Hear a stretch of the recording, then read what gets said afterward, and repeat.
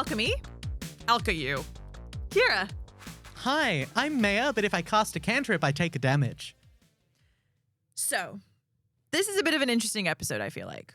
It's going to be a fun one. Where we want to talk about cards lately in Standard. Some cards. As we all want to do. Yeah. Some cards in Standard. That's the new title of this podcast. Some cards in Standard? Some cards in Standard. Yeah, all right. I'm down. Kind of what we were thinking of today is there's some pretty powerful cards in Standard. Yeah. And there are cards that are more powerful in Standard than we have seen in the last year or so. Oh, yeah. And so what we kind of wanted to do was talk about alchemy, talk about powerful cards in Standard, and talk about kind of how we got here and what we do about it. And to start us off, what alchemy, if those of you who are not familiar, alchemy is a version of Magic that is exclusively available on the Magic Arena platform. And alchemy is a space where Wizards prints unique cards that are online only, and they often have mechanics that only work digitally. Like Conjure is one of the biggest ones that comes to mind, where, you know, you play, Key to the Archive, and you can it'll conjure one of the cards from the Key to the Archive spellbook. And it just goes into your deck. There's Oracle of the Alpha is probably one of the best examples of this, where it's like when you play Oracle of the Alpha, conjure the power 9 into your library, which is of course something that's impossible to execute unless maybe you're Richard Owen in person. Yeah, it would require, so when we do things like this for Mystery Booster Draft as judges, we have to make a lot of judge proxies where we're, saying this planes, scribble over top Time Walk in Sharpie and shuffle it into your deck, which is very hard to do in a competitive setting. Exactly. And so alchemy is this really interesting testing space. It's an online only kind of creative space where Wizards gets to really push what Magic does as a card game, because as I expect, kind of similar to Hearthstone has funky abilities that really only work online because it's an online only game. Many of them. Many such cases. The other thing that alchemy does is it nerfs cards that are too powerful. Mm-hmm. There's an alchemy version of the One Ring, an alchemy version of Monstrous Rage, an alchemy version of Heartfire Hero, an alchemy version of Cori-Steel Cutter. Of Teferi as well. And the alchemy versions are usually a concession that say, there is something about this card that is too powerful, and we are taking away one of the things that makes it powerful so that it is not an overwhelming force. And so philosophically, we wanted to have a little bit of a chat of cards that if we were to put them through alchemy, kind of what they turn into. Yeah, what they would have looked like if players had gotten their hands on them ahead of time. And it's worth noting that if Wizards start to use alchemy as this sort of tool, I think the play rate for alchemy goes up, because alchemy is predominantly a casual format. It's fun and silly. There aren't really any major events on Arena for it. There's a couple, but there's no reason for people who are exclusively competitively minded to necessarily play a bunch of Arena. But if you're soft launching new mechanics in Arena, not only are the professionally minded players going to be more interested in playing, they're going to be more interested in breaking those cards. So you're going to see what the top end of, that power is. And you will be able to, as a company designing cards, adjust accordingly. Yeah, there's two really good points there. I don't know anyone who plays alchemy, because why would you? Okay, well, you can put your hand down. That's okay. You don't have to admit that. It's okay. There's so much good degenerate combo stuff in alchemy. But the main reason, right, is why would I want to play with less powerful versions of cards that already exist that I can play in other formats? The alchemy version of Cori-Steel Cutter does not exist in Highlander. Because you get to play Black Lotus. Yeah, there's plenty of other things. So one of the things is I don't know very many people, except now I know you play alchemy, and I'm sorry to hear that. But there's not a lot of people who play alchemy, because why would I want to play with less powerful versions of cards? And there is no competitive benefit. But as you said, the interesting thing that alchemy could be used for is starting to test new mechanics, starting to soft launch cards or card ideas, seeing how they play in an online environment where it's really easy. You don't have to own the cards. Like, you get to see really quickly how they interact. And you also get vague user feedback about how they work, if it's too powerful, if something's not good. This has happened in time with like Historic and Timeless, where immediately people are like, please stop letting people Ren and 6 strip mine me. This is miserable and I hate it. Or in Brawl, the same thing, where Ren and 6 you could use in Brawl, and then they introduced Strip Mine Wasteland, and it's like, no, please stop. This is not fun. No one's enjoying this. And so Alchemy could be this really interesting kind of collaborative design space. Obviously, like, the R&D team at Wizards is incredibly strong, incredibly talented, storied history of producing good cards. Some would say too good. But if you kind of eked the door open a little bit and trickled a little bit into Alchemy, because there already are separately, like Oracle of the Alpha, Alchemy only cards, legendary creatures and spells that only exist in Alchemy. So it's not as though there is no ability for Wizards to try and do some testing on Alchemy. It's just that that's not what they're using it for. And can I just say, it would be a wonder for bug testing as well. Yeah. So on Magic Online, and this is some boomer insight. There used to be a beta Magic Online client where you could play these sealed drafts that were just sealed pools of random cards from Magic's history, and you would build and play sealed with those cards. Mm-hmm. And the reason it was done that way is because you would see interactions between cards that you would never normally see in a competitive setting, because you were playing your 8 mana 3/3s with banding or whatever. Mm-hmm. And I think Alchemy is a really good sort of space to use those numbers, use the numbers of people who are playing Magic Online with those numbers are high, to collect that sort of information, because collecting information by playing online, it's real easy. Can I also just say as well, if you want a free way to increase users playing Alchemy, if part of playing Alchemy was that there is a chance that some of the cards you're interacting with are kind of playtest cards, and you're a part of the pool of people that's testing it online in combination with other cards, that's awesome. That would be very cool. That involves players a lot, and people, there's a high chance that if players feel as though their feedback matters, they're getting a chance to be involved in the R&D process. You're catching a Cori-Steel Cutter before it goes to print, and you get a chance to say hey, this is way too good. Maybe what you should do instead is, instead of giving it haste and trample and +1/+1, and also it makes more monk tokens with your second spell, choose the first part or the second part. Either +1/+1, haste and trample, or it spits out monks all the time. Not both.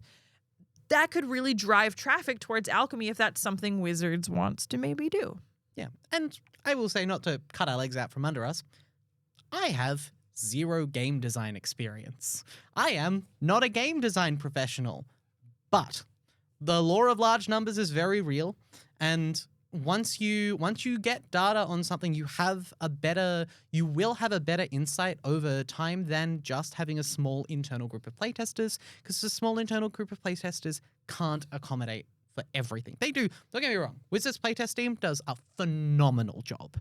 The fact that we only see as many very pushed, very broken cards as we do is a real credit to them, because they are working on so many sets at once and the cards are changing. I have no doubt that is an incredibly difficult, if also fun, job to do. Having the support of an entire crowd of people for cards that you're really not sure about, I think would really sort of bridge that gap.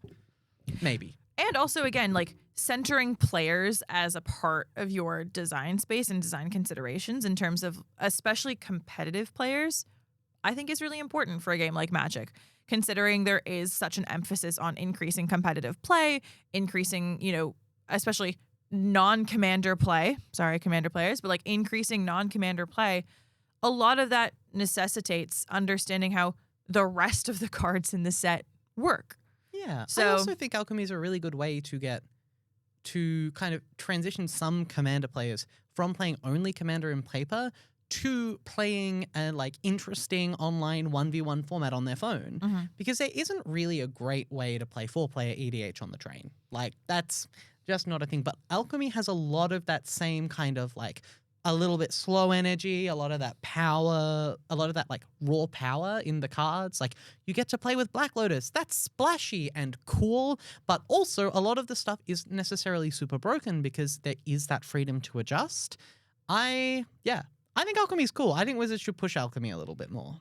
Well, then let's have a look at some of the most powerful cards of the last 12 months and how would we alchemize them as they stand. What would our thing do? And I will say that some of the Alchemy changes are kind of subtle. Yeah. Right? They don't fundamentally change how a card works oftentimes. They will just be little tweaks that maybe should have happened earlier. So the one I go to for the go-to one for me, for instance, is 3 Fairy, which is 3 Fairy. Yeah, it's the 3 mana Teferi. Yep. It's normal +1 so it has a static ability normally, not the Alchemy version, that says your opponents can't cast spells except for any time they could cast a sorcery. And its +1 lets you cast sorcery spells at instant speed. In Alchemy, those two abilities are swapped. Oh. That's all it is. It's just a swap of the abilities. Forcing your opponent to play at sorcery speed is something you have to dedicate a resource to, which means you have to choose between bouncing something and keeping them at playing at sorcery speed. And that design, like, that's not a big design change. That's very, very subtle, and it fundamentally changes both the power of the card and how it works for the better. So we're going to try not to do any big sweeping changes. We're going to keep it subtle if we can. Yeah. So where do you want to start with? Which one do you want to start with? So let's keep it topical for now. Okay. Let's start with maybe not necessarily the boogeyman of the format, but certainly a very well-known card in the format at the moment, and that is Superior Spider-Man. Yes. So the thing currently that makes Superior Spider-Man really, really good is that you resolve cast triggers on the spells that you target in your graveyard that it enters as a copy as, because it is it's cast. How do we change that? Because that, to me, fundamentally feels like one of the things about Superior Spider-Man that's broken. I think the other thing, because my understanding is choose target card in a graveyard, exile it, or it's not exiled. It exiles on ETB. Exiles on ETB. For a second, I was like, if it doesn't exile, it needs to. You need to have to lose the resource in order to use it. How do we fix the cast trigger problem? Because that's currently what enables Superior Spider-Man and Deceit and Doomsday Excruciator and Bringer of the Last Gift. Yeah. It's interesting that you think that's the problem. Because I agree. That is very transparently the most powerful part of that card. Okay. Right? It's like the fact that you can trigger Deceit and Bringer of the Last Gift is crazy nonsense broken. But I will say that that's kind of what the card is designed to do. Right? Because a lot of the ways that Wizards have sort of mitigated the power of reanimation strategies recently is they've put if you cast on the spell, right? It's the same with the One Ring, for instance. And that's been a really good way to avoid, people just reanimating their Bringer of the Last Gift to bring everything back with with a squirming emergence, per se. And that's really interesting kind of card design. And Superior Spider-Man is one of the only cards that gets around it, which makes it very powerful.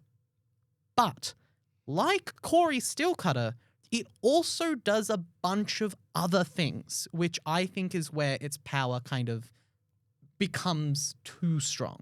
So the first thing it does that is beyond that is it's a 4/4. It's really big in the context of today's standard metagame. You can just have a 4-mana 4/4 Badger Mole Cub. And you can have a 4-mana 4/4 Sunderflock. That in the context of, like, as a secondary game plan of just putting dudes into play and turning them sideways is really powerful. Those numbers are a little bit too high. The second thing is that it's not just this splashy reanimate target.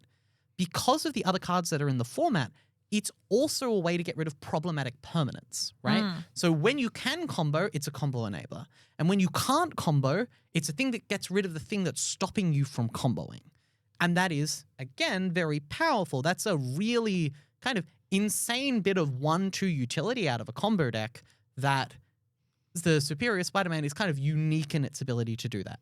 And the last thing is, I actually think the Exile clause is an upside.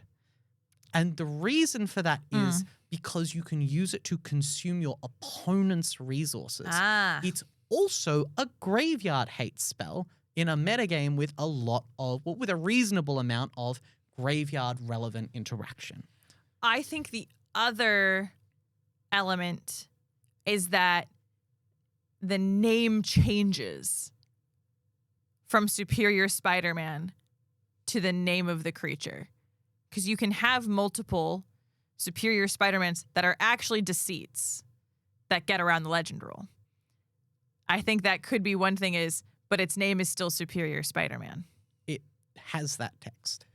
Someone committed a very big game rule violation then at a pro tour. No, at a regional championship then. Yeah, because if you copy, I believe if you copy we should double check this. But I'm going to pull this up. Yeah, if you copy a legend, you can't copy 2 legendary spells, 2 legendary creatures with Superior Spider-Man. But because copies of Superior Spider-Man of non-legendary creatures aren't legendary. No, that's my point. Is that, yeah. They still have the name Superior Spider-Man, though. His name is Superior Spider-Man, but he's not legendary. I would say he's still legendary.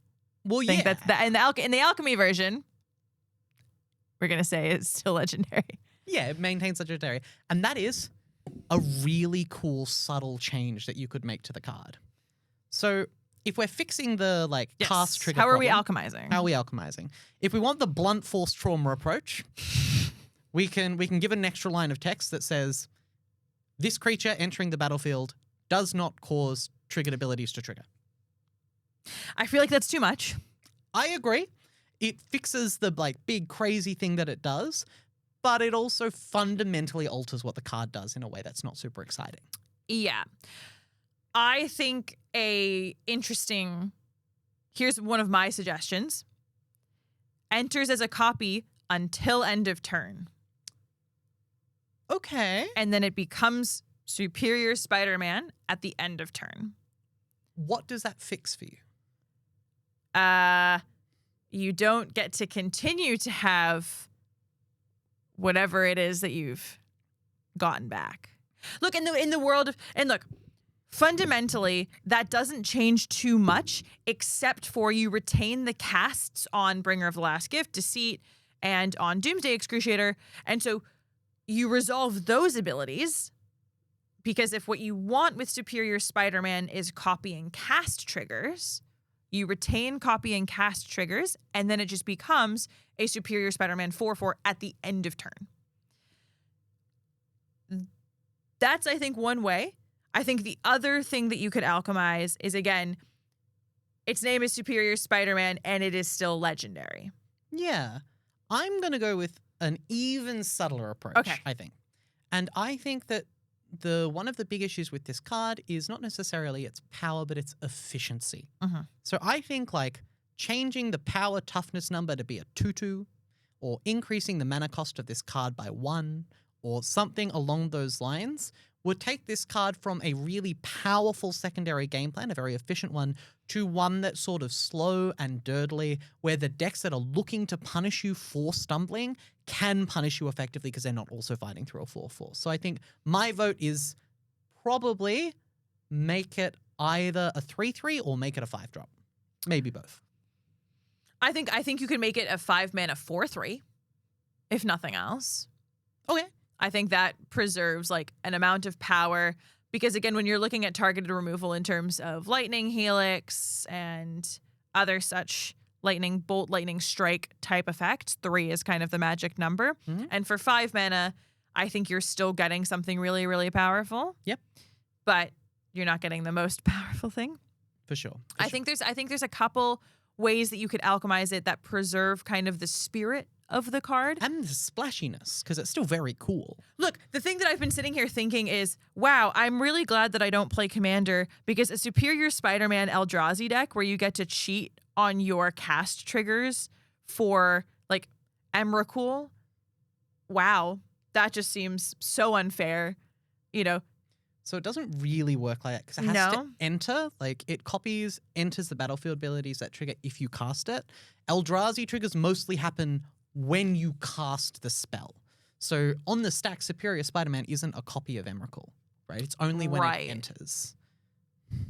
Whereas Emrakul says, when you cast this spell, take an extra turn. Interesting.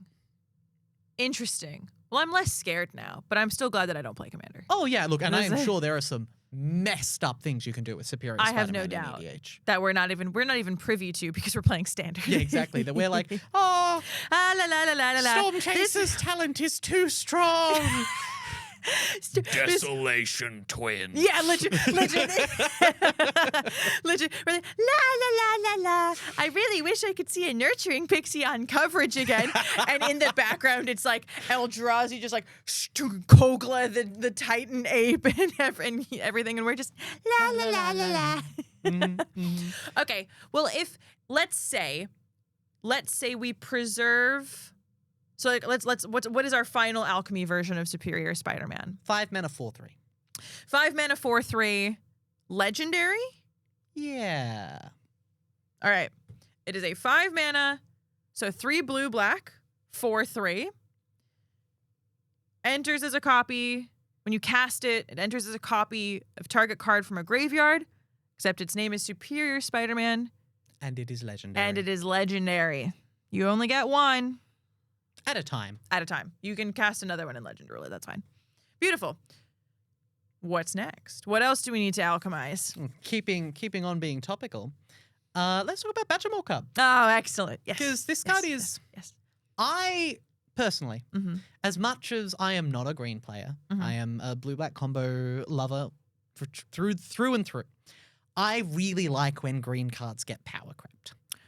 Big fan. I mean, personally, I'm a big fan of green cards. Yeah, but also because green exists in this sort of like interesting place in the Magic design space where it's predominantly creature-based. It's not doing stuff that, like, the individual, like the actual nature of the mechanics aren't pushing or breaking the game in any unique particular way. It's usually just numbers or efficiency, and it's usually creature-based, which means there's a little bit of counterplay. So I love it when things get power crept in green, because it's like, oh, we can really see what the top end of something is when it can be interacted with.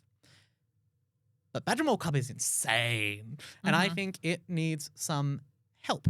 And I have a thought in my mind that I think is literally the easiest fix of all time that would have been very obvious the moment it hit Arena, but I'm interested to hear what your thoughts are. I'm actually really interested to see if we have the same thought. I expect we probably do. So is it about the mana? Because I'm thinking about the mana. Kind of, yes. I think if it was exactly the same, and if the line of text that specifies if you would tap a permanent, a creature to add mana, add an additional green, I would say if you would tap a creature to add mana, add green instead. Interesting. So it doesn't stack. That's really clever. That is not what I had in mind, but that's a really clever design because it's still incredibly powerful early. It still makes its own mana dork, which is crazy. It still lets you push out a Nature's Rhythm pretty early, slam an Ouroboros. But you're right, it doesn't stack. It doesn't let you slam your Craterhoof Behemoth on turn 4. It keeps very much in the spirit of the things. It still Earthbends 1, and that Earthbend still doubles the mana. It just means that you're not, if I have 2 Badgermole Cubs, my Earthbent land doesn't add 3. Yeah. It is going to add 2 instead as a replacement effect. What did you think? What was your idea? So, yeah, mine's very similar in the sense that I think we're adding 1 word to the line of text. Okay. And instead of, whenever you tap a creature for mana, add an additional green, I think just needs to be whenever you tap a land creature for mana, add an additional green. Yeah. Because I think that's still cooked, right? Also still in the spirit of the card. Exactly. It hasn't changed really what the card is designed to interact with, which is earth-bent things. You can still put it in your top EDH deck and it's broken, right? It's still powerful enough to see standard play almost certainly because it makes a mana dork that taps for 2 mana and is still a 2/2. It interacts really favorably with Bar Sing Se still. It still gives you the earthbend. So if you're trying to sacrifice to get landfall triggers, it's still very powerful in that sense. But it doesn't immediately break the moment you print another mana dork. And I think that's kind of important because mana dorks are a really powerful and really important part of Green's competitive play space. So having a card that restricts how much you can push that area of the play space, I think is an overall detriment to Green's power level. This one is so much easier to fix than Superior Spider-Man. It's a much less complicated card, to be fair. I mean, but I think either works. If you, I think either you only get an additional 2, or if you want to stack it only on land creatures, I think is very smart. I think either fix works. I don't think, because look, there is a world, if you want to keep the body of the text the same, I think the same thing applies as Superior Spider-Man, which is just make it 3 mana. Make it a 3 mana 2/2 and everything else is the same. And I think it becomes a bit less favorable. It doesn't move you as quickly. It doesn't push you as fast. I think, if you wanted all of the text to be the same, no changes, 3 mana 2/2. But I think if you wanted it to be a 2 mana 2/2 that still has all of the text, you just need to change either replacement and you only get 2 green mana, or you can stack it on your land creatures, which is a bit more of a limited use case. Yeah, it stops the crazy powerful turns where you can go turn 1 elf, turn 2 Badger Maul Cub into Badger Maul Cub. Yeah, I like that. Okay. What else? So it bears mentioning, we can't talk about Cori-Steel Cutter because they already nerfed it on Arena, and that would be something that is worth mentioning. But Wizards already understood that they needed to nerf it, so that one's already been taken care of. But I think there's another one we can talk about. Yeah, there is, and this one's an oldie. It exists on the ban list, but I think it's a really good sort of microcosm example where there are so many things, individual things that you could change about it that would preserve its feel but bring down its power level just enough. And the card we're talking about is Monstrous Rage. Now, it's been a while. So for those who don't remember, Monstrous Rage is 1 red for an instant. Target creature gets +2/+0. Create a monster roll token and attach it to that creature. And a monster roll gives a creature +1/+1 and trample. This card ruined the format for a while. It's really good. Why? Oh, the rate is insane. Sure. Plus number do be high. +3/+0 and trample is what it +3/+1 and trample at instant speed is really what this is. But in a format where prowess was one of the most dominant archetypes, it was +4/+2 for 1 mana with trample. And that was too much. Yeah. For so many reasons. One of the big things as well, in my mind, that makes Monstrous Rage so good is that the creature keeps trample.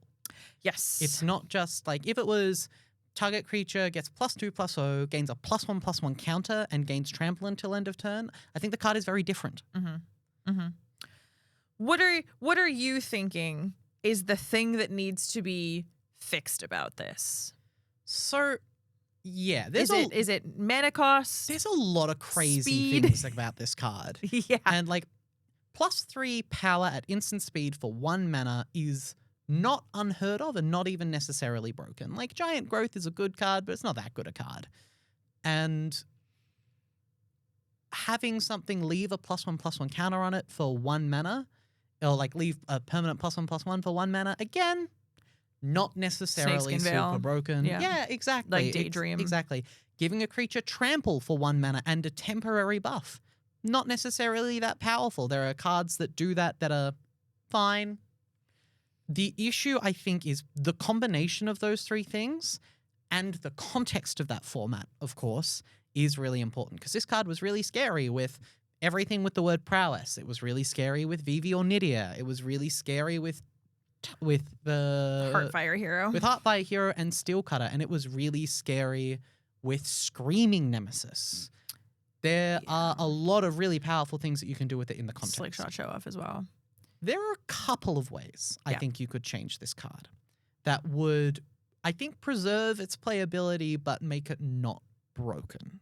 Okay. And I'll save the answer that I'm really sold on for the end. But the first one for me is change the role token.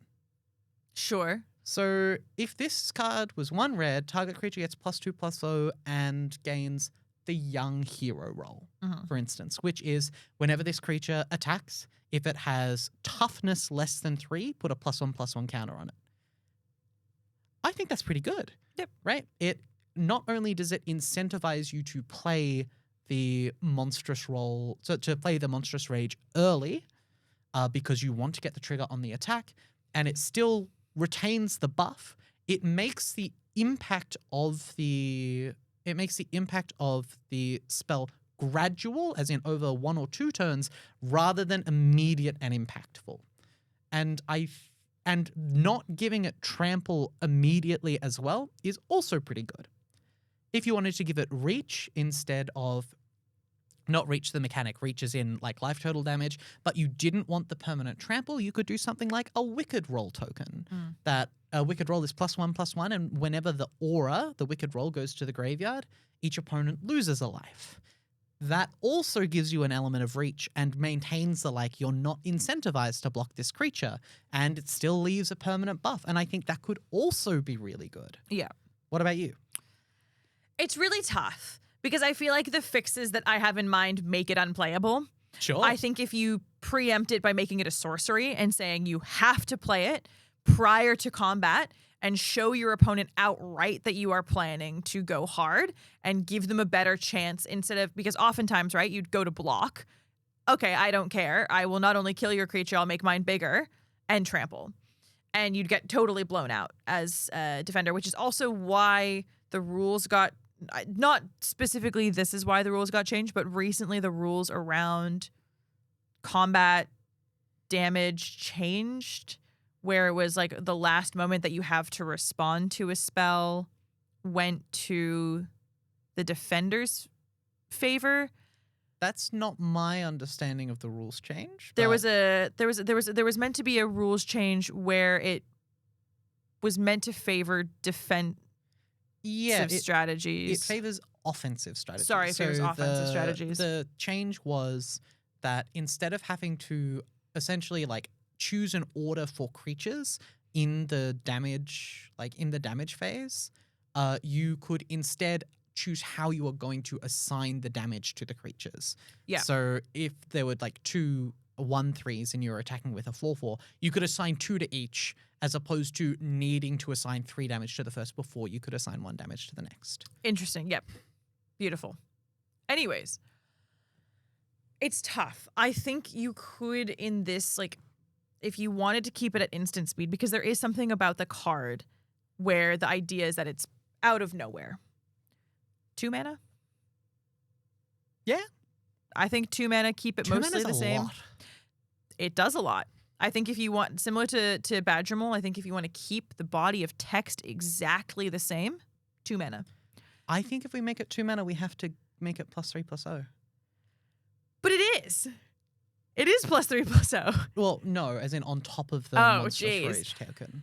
Yeah, I don't like to be honest, I don't know. Like, and again, I'm not a game designer, but it feels very much like it already, especially in specific with the cards that it was being paired with, it often already was like +5. Because whether it was Slickshot Show Off, which when you cast a non-creature spell got +2, with Heartfire Hero, when you target it, it gets a +1/+1 counter.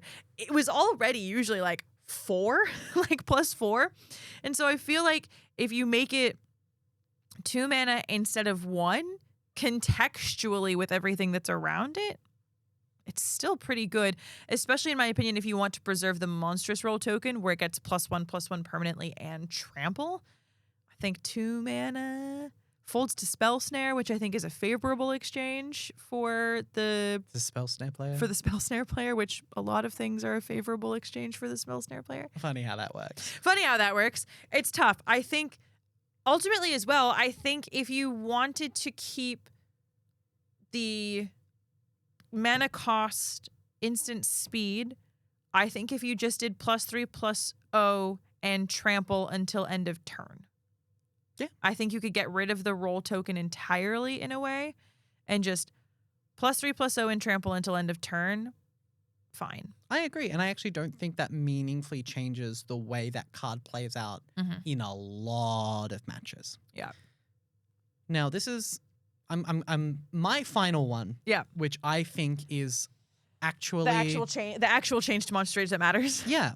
I think you just make it green. And giant growth again. Kind of. So this effect is already a very green effect, right? Yes. Giving something a sudden big burst of like power and toughness and trample, very green. But also a lot of the thing about Monstrous Rage in its heyday was its context, right?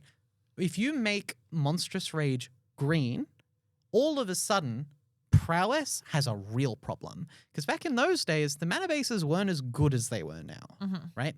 Your Izzet Prowess deck now has to choose either to play red for the explosiveness, blue for the resilience, green for Monstrous Rage, or have a terrible mana base and give up on consistency, which kind of fixes a lot of that problem.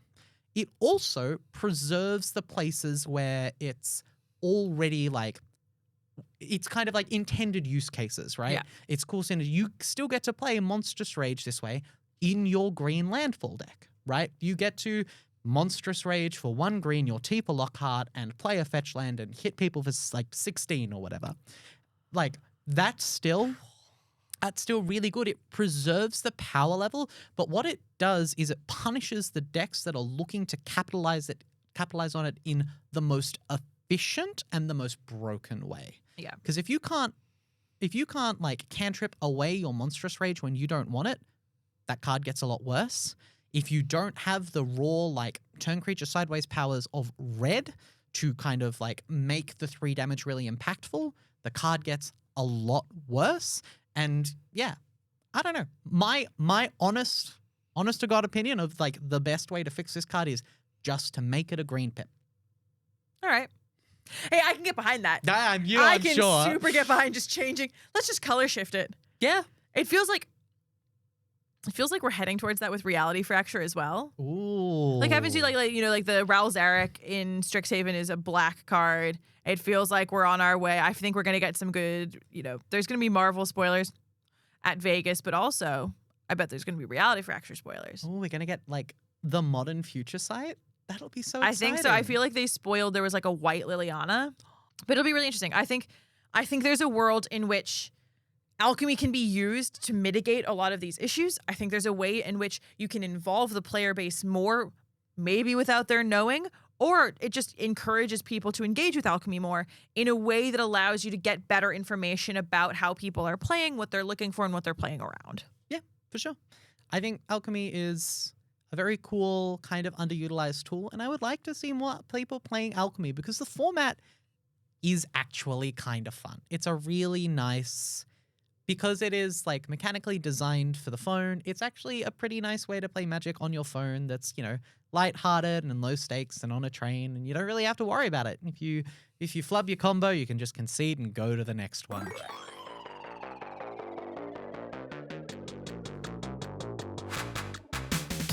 And with all that said, that's all we have time for today.